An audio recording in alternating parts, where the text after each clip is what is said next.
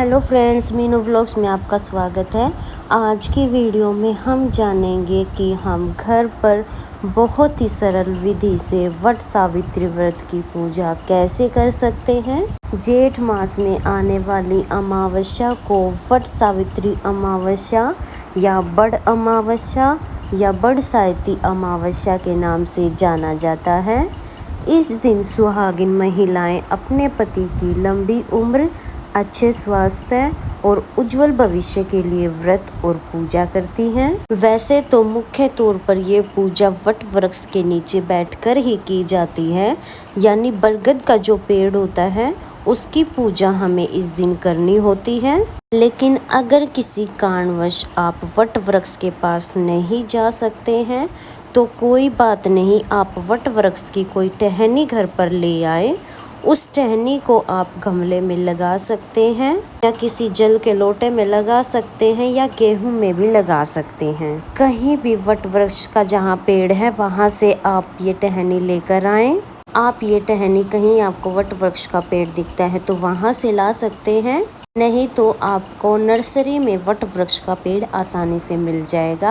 आप वहां से ये टहनी ला सकते हैं। तो एक दिन पहले ही आप ये टहनी ले आइए और उसको आप पानी में रखें ताकि वो सूखे ना। इस टहनी को आप पूजा करते समय किसी भी अनाज में लगा सकते हैं, उसके बाद इसका पूजन कर सकते हैं। जब भी आप टहनी लेकर आए तो ध्यान रखें कि टहनी में कम से कम 5 पत्ते जरूर हो और बरबंटी लगी हो और कोपल जरूर हो, यानी कि जो टहनी है उस पे फल जरूर आए हों। सुबह सुबह स्नान आदि करने के बाद जहाँ भी आपने ये टहनी लगाई है उस जगह को आप पहले अच्छे से साफ कर लें, फिर उसके बाद हम जल सींचेंगे। उसके बाद जहाँ भी आपने टहनी लगाई है उसके नीचे कोई भी स्वास्तिक बना लेंगे, या आप रंगोली बना सकते हैं या चौक भी पूछ सकते हैं। तो मैं यहाँ पे सूखी हल्दी से स्वास्तिक बनाऊंगी, तो मैंने यहाँ पे स्वास्तिक बना लिया है। उसके बाद हमें मिट्टी से गणेश जी और गोरा मैया बनानी है। इस दिन माता पार्वती का पूजन जरूर किया जाता है। माता पार्वती यानी गोरा जी बना लेंगे, तो गणेश जी का पूजन और गोरा माता का हम पूजन जरूर करते हैं। गणेश जी का पूजन तो हर पूजा में हम करते हैं। तो यहाँ पर मैंने मिट्टी से पार्वती माता और गणेश जी की प्रतिमा बना ली है, तो उन्हें हम विराजमान कर लेंगे। तो आपने जो गमला लिया है उसी मिट्टी से आप गणेश जी और गोरा माता बना सकते हैं। सबसे पहले हम शुद्धिकरण कर लेंगे, यानी जल के छींटे लगा देंगे। अब हम कलश की स्थापना करेंगे, तो थोड़े से गेहूं के दाने रख लिए हैं, इस पर हम कलश की स्थापना करेंगे। और कलश की स्थापना करना बहुत ही शुभ माना जाता है। लेकिन अगर किसी कारणवश आप कलश की स्थापना नहीं करना चाहते हैं या नहीं कर पा रहे हैं तो बगैर कलश की स्थापना के भी आप पूजा कर सकते हैं। देखिए, कलश स्थापना कर रहे हैं तो हो सके तो आप मिट्टी का कलश लीजिएगा। कलश को कंठ तक जल से भर लेंगे। अगर मिट्टी का कलश नहीं है तो आप तांबे या पीतल का कलश भी ले सकते हैं। कलश में थोड़ी सी हल्दी डाल दी है, एक सिक्का, सुपारी और थोड़े से चावल और फूल हम इसमें डाल देंगे।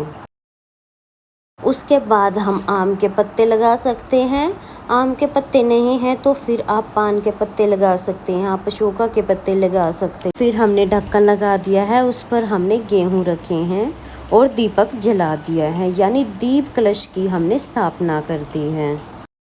इसके बाद हम गणेश जी को, गोरा मैया को, वट वृक्ष को सभी को रोली से तिलक कर देंगे और जो कलश हमने स्थापित किया है उसे भी हम रोली से तिलक करेंगे, हल्दी से तिलक करेंगे। उसके बाद वस्त्र स्वरूप सभी को कलावा समर्पित करेंगे।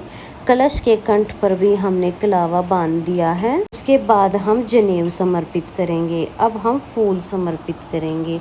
अगर आपके पास फूल है तो फूल समर्पित कर दें, फूल नहीं है तो बगैर फूल के भी आप पूजा कर सकते हैं। अब हम भोग समर्पित करेंगे, तो भोग में हम चने समर्पित करेंगे। रात को ही हमें काले चने भिगोकर रख देने हैं और सुबह पूजा में ये चने चढ़ाने हैं। भीगे हुए चने का पूजा में बहुत अधिक महत्व होता है, तो चने आप ज़रूर चढ़ाएं। उसके साथ ही भोग में कुछ मीठा बनाया जाता है। किसी किसी के यहाँ पे बरगदे, जो बरगद का फल होता है, इस आकार के बरगदे बनाए जाते हैं। किसी किसी के यहाँ पर पूड़े पूरी बनाए जाते हैं और किसी के यहाँ पर हलवा पूरी बनाया जाता है। तो जो भी आपके यहाँ पे मीठा बनाया जाता है, आप वो भोग समर्पित कर दें। साथ ही आप ऋतु फल समर्पित कर दे, तो आम, तरबूज, खरबूजा, खीरा, जो भी इस मौसम के ऋतु फल होते हैं, आप वो फल जरूर समर्पित करें। मैंने यहाँ पे फल समर्पित कर दिए हैं। साथ ही माता सावित्री के लिए चुन्नी, साड़ी, सूट, जो भी आपके पास हो वो आप समर्पित कर दें। और श्रृंगार का सामान हमें जरूर समर्पित करना है। तो चाहे आप 2 श्रृंगार की चीज़ें रखें, लेकिन हमें श्रृंगार का सामान जरूर रखना है। बाद में ये सामान सासू जी को दिया जाता है। दक्षिणा हम पूजा में जरूर रखते हैं, ताकि पूजा में रही कमियों को पूरा किया जा सके। इसके बाद हमें 2 पंखे लेने हैं। ये जो हाथ के बीजने होते हैं, ये हमें लेने हैं। एक जो पंखा है उससे बरगद के पेड़ को हवा करेंगे। दोनों पंखे हम पूजा में चढ़ाएंगे। एक पंखा हमें दान करना है और दूसरा पंखा हमें घर पर रखना है। अगर हो सके तो आप 2 पंखे लें, नहीं तो आप एक पंखा तो दान करने के लिए जरूर लें। के बाद हम धूप दीप दिखाकर पूजा करेंगे। अब हमें कथा सुननी है, तो कथा सुनने के लिए हम 1 लोटा जल ले लेंगे। अब हम अपने सीधे हाथ में चने के दाने लेकर हम वट सावित्री व्रत की कहानी सुनेंगे। वट सावित्री व्रत कथा की वीडियो आपको मेरे चैनल पर मिल जाएगी, आप वहां से देख लेना। कथा सुनने के बाद हमने जो हाथ में चने के दाने लिए हैं, ये हम गणेश जी भगवान को, माता गौरी को और वट वृक्ष को समर्पित करेंगे। इस तरह से हमारी कथा पूर्ण हो जाएगी। कथा जरूर सुननी है, क्योंकि कथा सुनने का बहुत अधिक महत्व होता है। कथा सुनने के बाद हम परिक्रमा करेंगे। कच्चा सूत लपेटते हुए हमें परिक्रमा करनी है। वैसे तो 108 परिक्रमा करने का विशेष महत्व होता है। अगर आप 108 परिक्रमा नहीं कर पा रहे हैं, तो आप कम से कम 7 परिक्रमा जरूर करें। जब हम परिक्रमा की शुरुआत करते हैं, तो कच्चे सूत से परिक्रमा की शुरुआत करते हैं।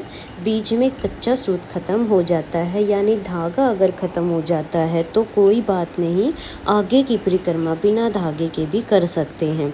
शुरुआत में एक बार धागा लपेटते हुए परिक्रमा जरूरी होती है। तो आप अपने सामर्थ्य के अनुसार परिक्रमा कर ले। उसके बाद हमें आरती करनी है। कुछ लोग परिक्रमा से पहले आरती करते हैं, कुछ लोग परिक्रमा के बाद आरती करते हैं। तो आप जैसा चाहे वैसा कर लें।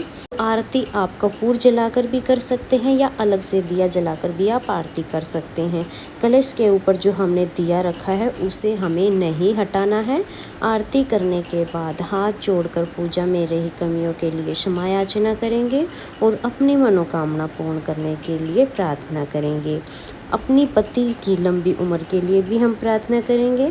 उसके बाद जो जल का लोटा है, ये हम सूर्य देवता को अर्घ्य दे देंगे। जो भी सामान हमने चढ़ाया है, इसको हम मिनस देंगे, यानी जल हाथ में लेकर पल्लू में थोड़ा सा जल लेकर सारे सामान के ऊपर से वार देंगे और फिर ये सारा सामान हम अपनी सासू जी को दे देंगे। जैसे जो भी श्रृंगार का सामान है, साड़ी या सूट है, दक्षिणा है, फल फ्रूट है या मिठाई है, या जो भी हमने पूरी पूड़े चढ़ाई हैं, सब हम अपनी सासू जी को दे देंगे।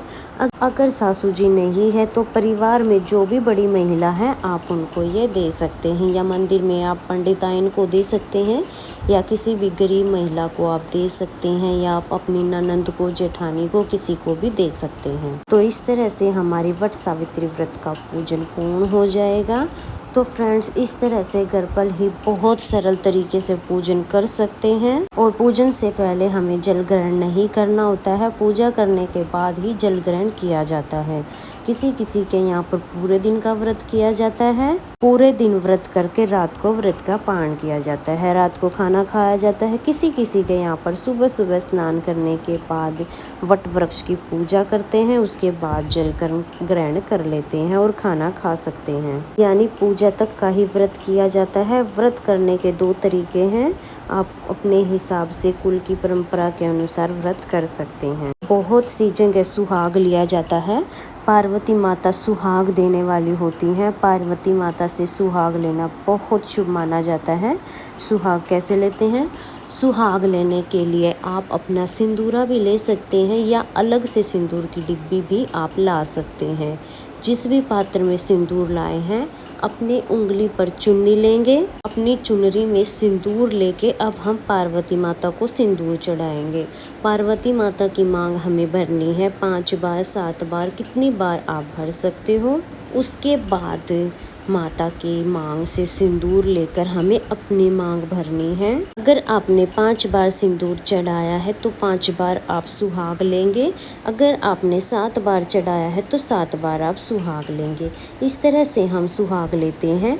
जिनके यहाँ पर सुहाग लिया जाता है वो इस तरह से सुहाग ले सकते हैं। जो लोग पूरे दिन का व्रत करते हैं वो व्रत का पारण करते समय कच्चे चने यानी जो भीगे हुए चने होते हैं और वट वृक्ष की कोपल, इनको निगल कर व्रत का पारण करते हैं। जो लोग पूजा तक व्रत करते हैं वो पूजा करने के बाद शुद्ध सात्विक खाना खा लेते हैं। तो आपके यहाँ पे जैसी परंपरा है आप उस हिसाब से अपना व्रत कर सकते हैं। तो फ्रेंड्स, ये थी वट वृक्ष की बहुत ही सरल पूजा विधि। अगर ये वीडियो आपको पसंद आई हो या वीडियो आपके लिए थोड़ी बहुत भी यूज़फुल है तो वीडियो को लाइक कर देना। और हम महिलाएं घर में तीज त्योहार पूजा पाठ कैसे करते हैं ये देखने के लिए मेरे चैनल को सब्सक्राइब कर लेना। देखने के लिए बहुत बहुत धन्यवाद।